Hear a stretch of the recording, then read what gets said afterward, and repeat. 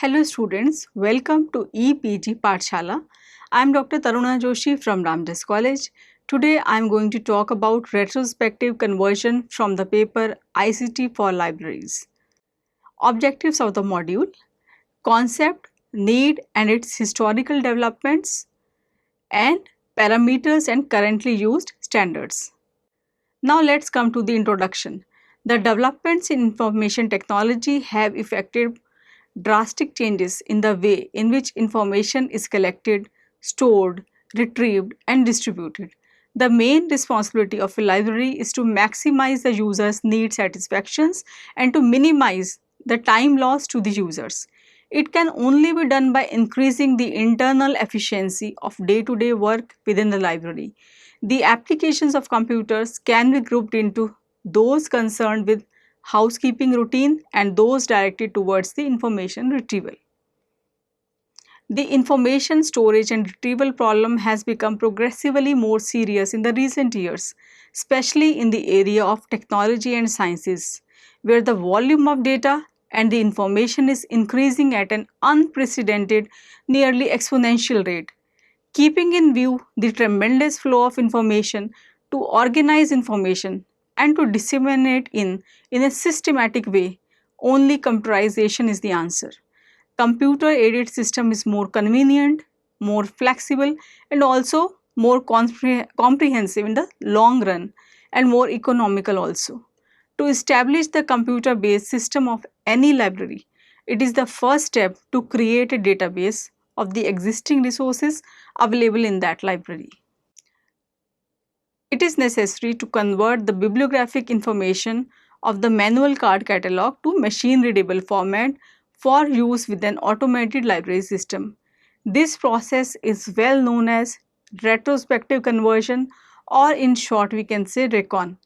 Retrospective conversion involves a considerable amount of work, essentially acquiring existing databases and keyboarding all the existing entries of records.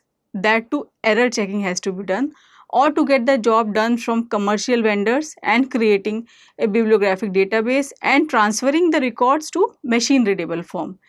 Recon is a costly and time consuming task for most of the libraries. Therefore, it has to be well planned very properly for completing the task within the day-to-day activity schedule. What is retrospective conversion? According to Jane Beaumont and Joseph P. Cox, retrospective conversion is the process of a library's existing bibliographic records from manual to machine readable format according to specified policies and standards. Retrospective conversion is the process of conversion of printed catalog of library holdings into a machine-readable form in a predefined format using accepted standards for making it searchable through machine. This process is a prerequisite for library computerization. Libraries cannot begin online transactions of other functions such as acquisition, cataloging, circulation, OPAC, and serial control, etc., unless and until retrospective conversion is not fully done. Retrospective conversion is typically accomplished by one or a combination of two basic methods: matching and extracting machine-readable records from a resource file or keying records directly into a database. It is clear that retrospective conversion is concerned not with ongoing cataloging, but rather with converting the previously created bibliographic records from card or paper formats into machine-readable format. It is not cataloging or even recataloguing, although sometimes recataloguing may be necessary or useful to make changes to the older headings, classification numbers, etc. The primary purpose is to create a machine-readable file of the existing manual catalog, not to duplicate the work of previous cataloger. It is the conversion of data from one format to another as quickly and as inexpensively as possible while maintaining the policies and standards set for the project. It is advisable to set the policies before starting the job, such as how much editing is to be done, are all the names to be checked in an authority file, etc. Standards for the task have also to be decided upon, such as will the Anglo-American cataloging rules to AACR2 be followed faithfully? Is the machine-readable catalog MARC format, CCF format, or any other standard format to be used? It is most troublesome task. It is enough to say that for a project to be successfully accomplished, certain policies and standards must be decided upon before the project begins, and they must be adhered to during its execution. Need for retrospective conversion. The conversion of database of library holdings from non-machine readable form to machine readable form is a prerequisite to implementing an automated system. This database would become the foundation for other library activities such as OPAC, circulation, catalog maintenance, resource sharing, etc. These records provide the means of generating statistics and other information that is needed to improve the existing services and introduction of new ones. Features or benefits of retrospective conversion. To create a database for a local automation system, the library usually wish to automate the circulation function in the library and or to provide an online catalog. The library may also wish to provide for its future automation needs and in fact proceeds to carry out a retrospective conversion project without having a specific automation system in place. The need to have a machine-readable file of its bibliographic records has, however, been identified. Second, to improve speed service to users on time, it is to be expected that the results improve the services that the library provides its users. Some of the benefits which library users may find are improved circulation services, improved access to the library's collection, improved interlibrary loan response time, etc. Number 3. To improve the internal library procedures. Not only should a library expect a retrospective conversion project would benefit its users, it should also expect that the project would assist the library's own staff in accomplishing their tasks with more efficiency.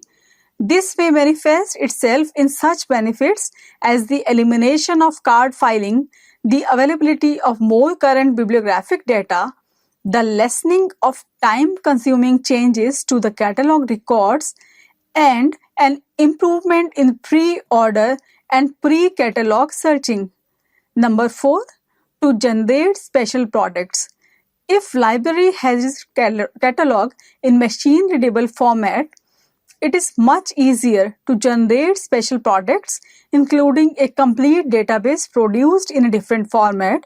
For example, catalog on floppy diskette can be distributed at various points in the library or to different branches, or a subset of the database, for example, a serials catalog or a catalog of the library's non-book material, electronic media resources, etc.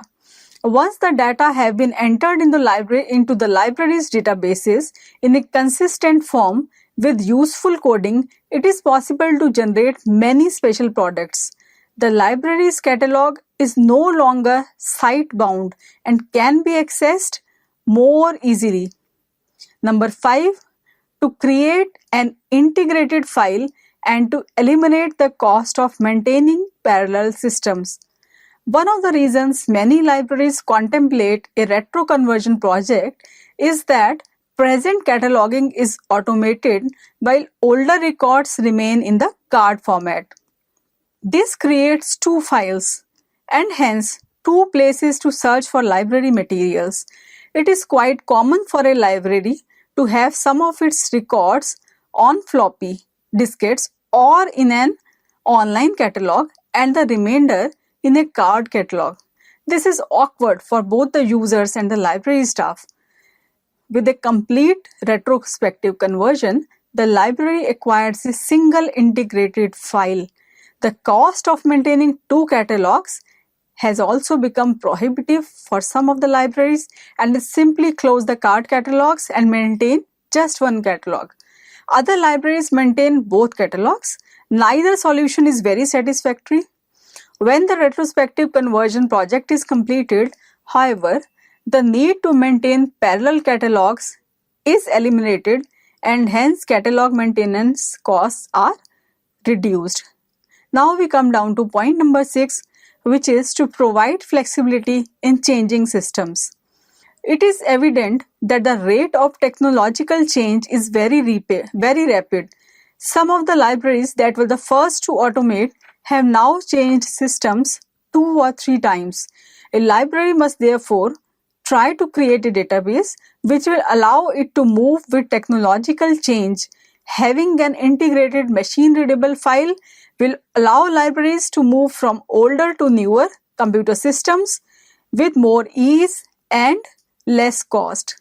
Number 7, to maximize return on automation expenditure. Libraries are spending vast amounts of money on computer hardware and software. If, for instance, only 50% of a library's catalog is in the automated system, then the library is not maximizing the return on its investment. Besides, not using its computer power to full potential, the library is probably wasting time and money using and maintaining two systems. These two systems are, one is the manual one and the other an automated one. Number 8, to protect library files. One of the attributes of machine-readable catalogs is their portability as opposed to card catalogs, which are usually maintained at a single site. This portability provides added protection to the library's bibliographic files, as copies of the files can be stored and maintained in off-site location in the event of flood, fire or other disasters. In the library, the file copies remain safe. Preservation of the file should not pose a problem in the future, as these can be copied and transferred to newer and better means of storage as these become available. Now let's see the number 9, which is to create union list.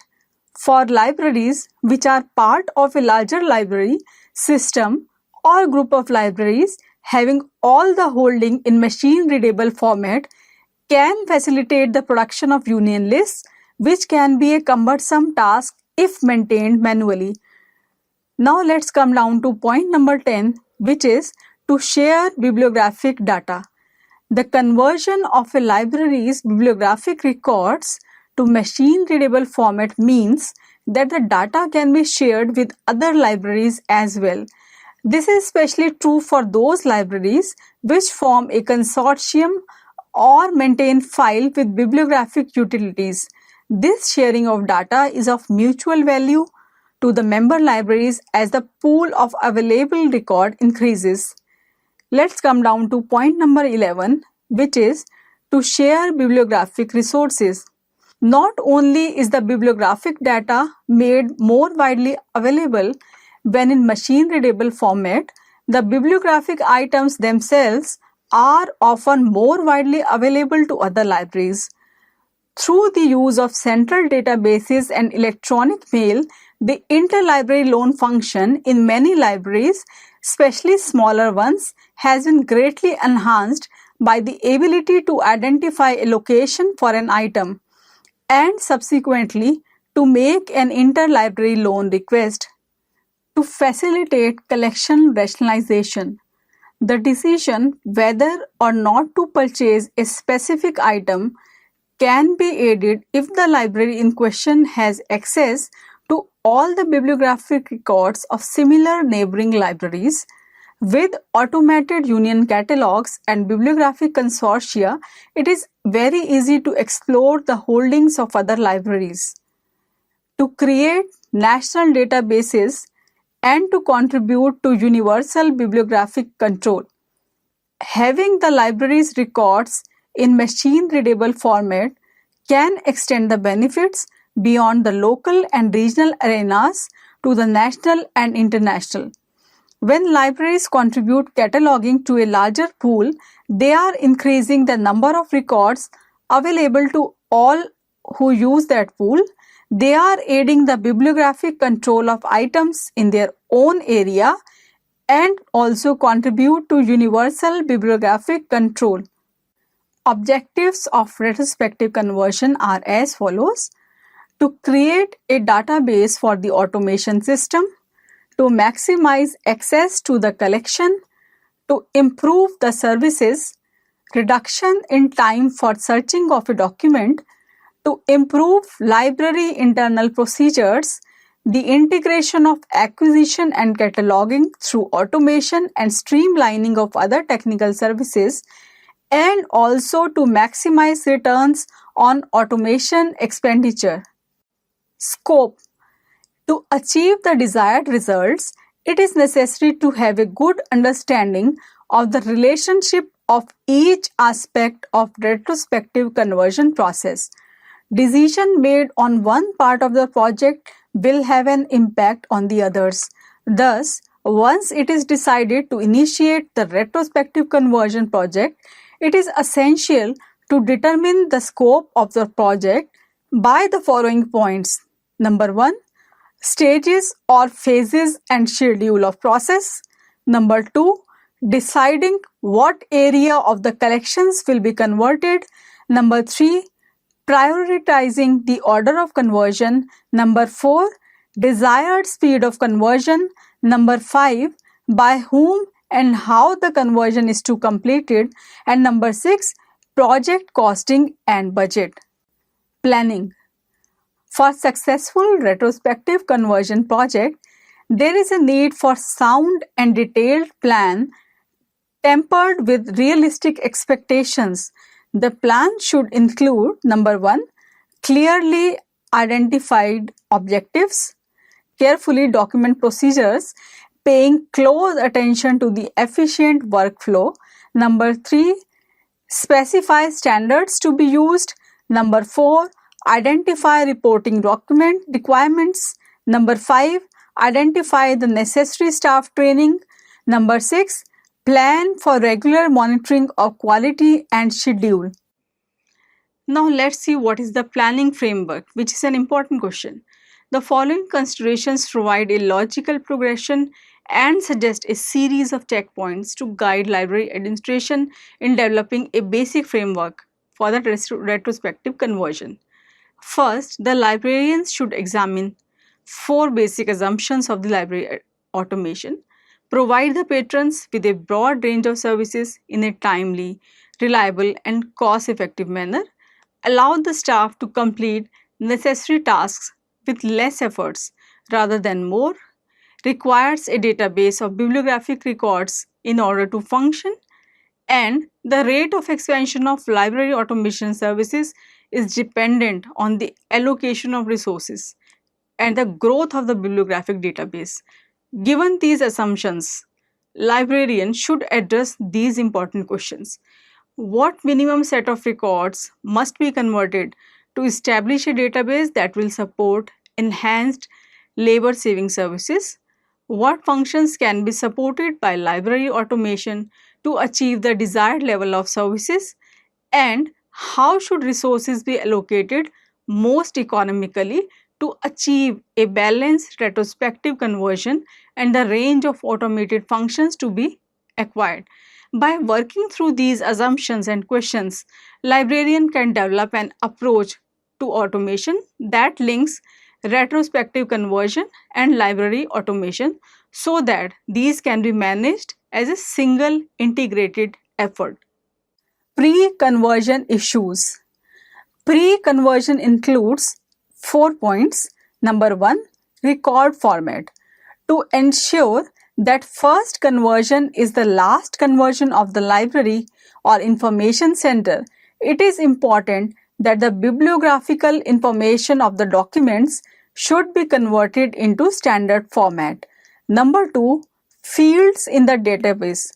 It is time to decide that what fields are to be included in the database and what not. Current practices for recording the bibliographical information may need modification when added to the machine-readable form. Decisions should be taken after considering the user's present requirements and future needs. Number 3. Source for bibliographical information. Will the accession register, shelf list, or public catalog be the source to record the bibliographical information for conversion? The choice should be based on that source which has accurate and complete information to meet the requirements and quality standards. Number 4. Priorities of conversion. Determine priorities of the areas of conversion so that more important areas of the holdings may be converted first in machine-readable format. Problems behind retrospective conversion. Retrospective conversion is troublesome primarily because of the following facts. Number 1. With traditional techniques, retrospective conversion is very expensive. Number 2. Typically, it is a multi-year project. Number 3. Since it is often considered such a lackluster or boring subject, the topic generates little managerial interest and involvement. Despite the unfortunate reputation retrospective conversion has acquired, its importance cannot be overemphasized. The database resulting from a retrospective conversion project may long outlive the first, second, or third generation of automated systems installed in a library. Over the years, it can be very difficult to try to live with a poor database that is the result of budgetary or staff shortages. As Barbara Marcuson has commented, librarians never have enough money to do the right job in the first time, but libraries have enough money to do the job over again a second time. Now let's see what are the basic retrospective conversion guidelines. The success of a conversion project is closely tied to a number of decisions. First, the library staff must decide whether to undertake a partial or a full conversion and whether the conversion will be done in-house or through an outside agency. A library must make decisions of equally critical importance regarding the completeness and consistency of records.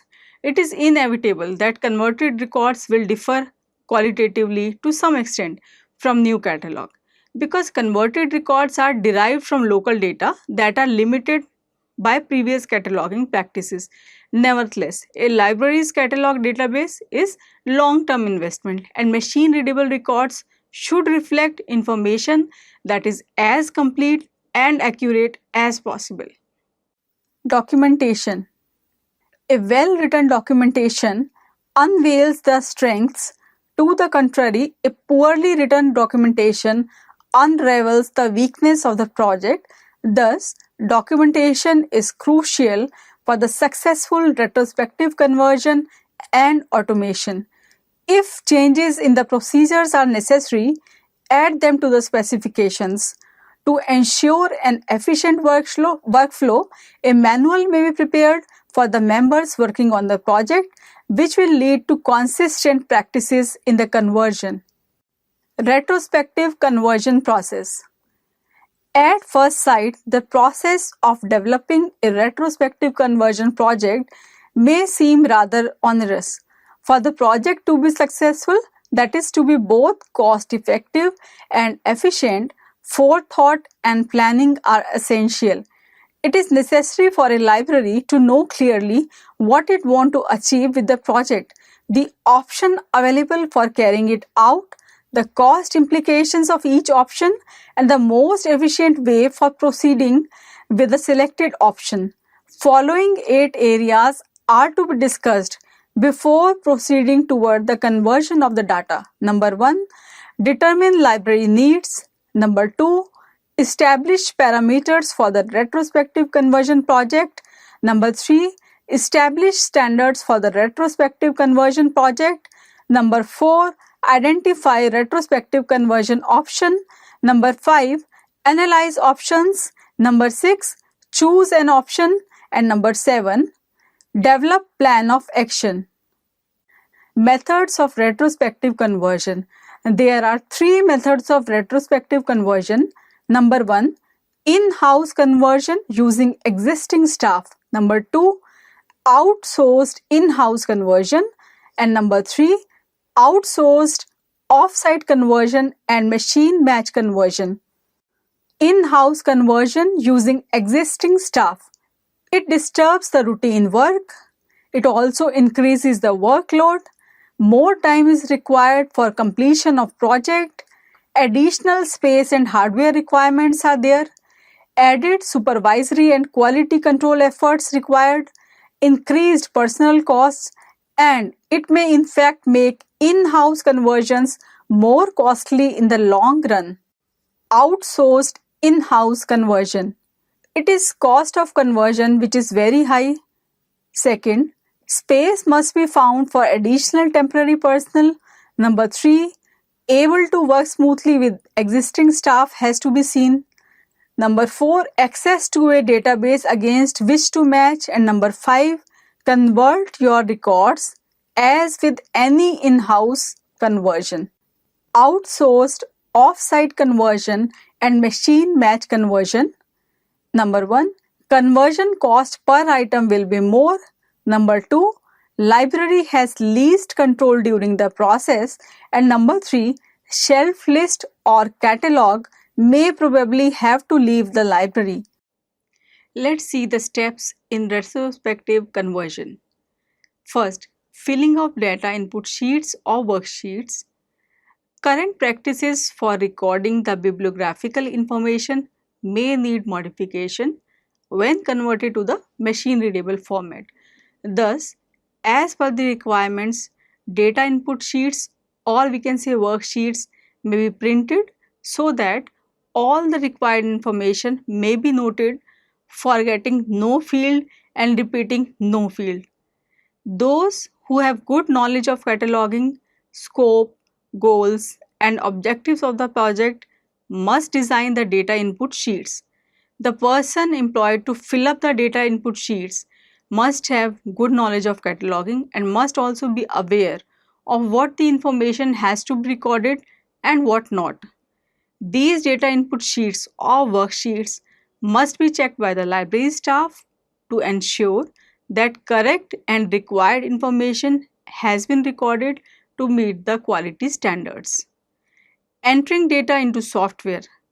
After filling the data input sheets or worksheets, the information is keyed in the library automation package. This can be done by one who has basic knowledge of computers and is also the person who is good at typing.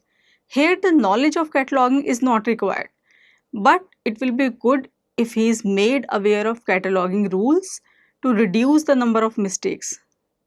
Editing of the database. After keying the bibliographical information into the software, the database must be checked for errors and edited by a responsible person to achieve the quality standards. This process must be repeated into a loop till the required precision is not achieved. Typographic spelling mistakes make the catalog problematic for the searching purpose. Key to success. The key to successful retrospective conversion is careful and meticulous planning. There are several actions on the part of a library which can take place that will contribute significantly to the success of the conversion project. These measures include careful planning. Number 2, close examination of each method of the conversion, taking into account the library's budget, time and manpower constraints. Number 3, weeding of titles and copies that have marginal value. Since it is expensive, it makes no economic sense to convert materials that are of little or no worth. So students, let's now summarize what we have learned in this module. Retrospective conversion is the process of converting the existing catalog of libraries and information centers from non-machine readable to machine readable database form. The best method for conversion for a library or information center depends upon the type and size of the collections, time, quality standards and manpower, etc. To achieve the desired results, it is necessary to have good understanding of the relationship of each aspect of conversion process.